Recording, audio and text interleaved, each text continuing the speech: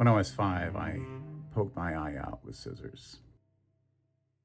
My mother had caught me earlier in the day with the scissors and had put them away on the refrigerator. We were living in Minot, North Dakota at the time, and the plan for that day was to go to the Natural History Museum that we could walk to down the street. I was really excited to see this stuffed two-headed calf that they had on display. But along the way it started to rain, so we went back home to do some house cleaning. My brother and my sister and my mom were busy, occupied, cleaning the living room. And I took the opportunity to sneak by them and back into the kitchen and pushed a chair up to the refrigerator and retrieved the scissors. And then snuck them back to the bedroom, my bedroom. I remember distinctly having my left arm really straight so to hide it. It must have been so obvious, but no one noticed. And so when I got back to my bedroom, I started carving, whittling away on I was making a knife from the stick that I'd found.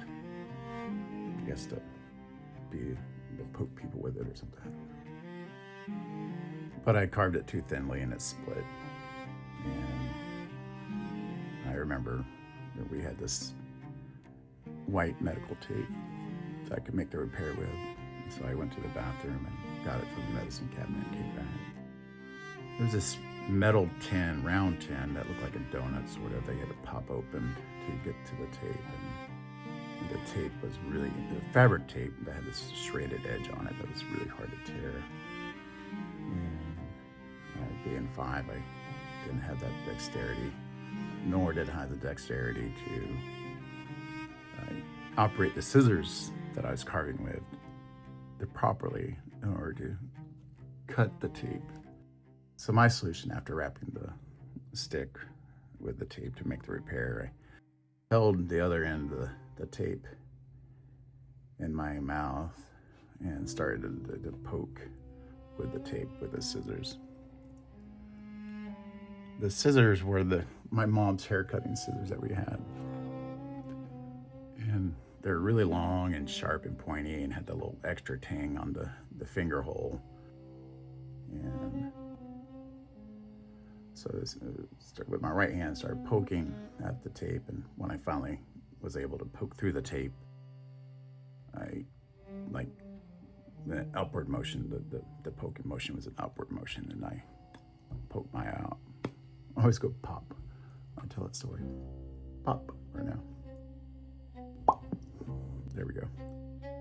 And I remember going to deliver, like this clear fluid started coming out my eye, and I remember walking into the living room, my left hand covering my eye and lowering my hand to my mom, saying, "Mom, am I gonna be blind?" And she said, "Yes, Johnny, I think you are." And don't really remember much after that other than being air flighted to Minneapolis Children's Hospital. And incidentally, on that day, I wasn't the worst eye injury. There was these 2 other kids that were throwing chickens at each other and had their eyes clawed out, but that's about all I remember, because they had me sedated for about 5 days after that. And when I finally came through, I thought I was blind because my eye was taped shut and matted with the sleep crust. But finally got it opened and I could see out of the one eye good. But I had to spend a lot of time in the hospital then. And one of the things I did was just give me paper and pencil to draw with, keep myself occupied. And made this one drawing of my father. And I remember everyone being really impressed, like how realistic it looked for a 5-year-old, for what a 5-year-old could do. And ever since then, I've pursued a life in the arts. And that's the beginning of my story.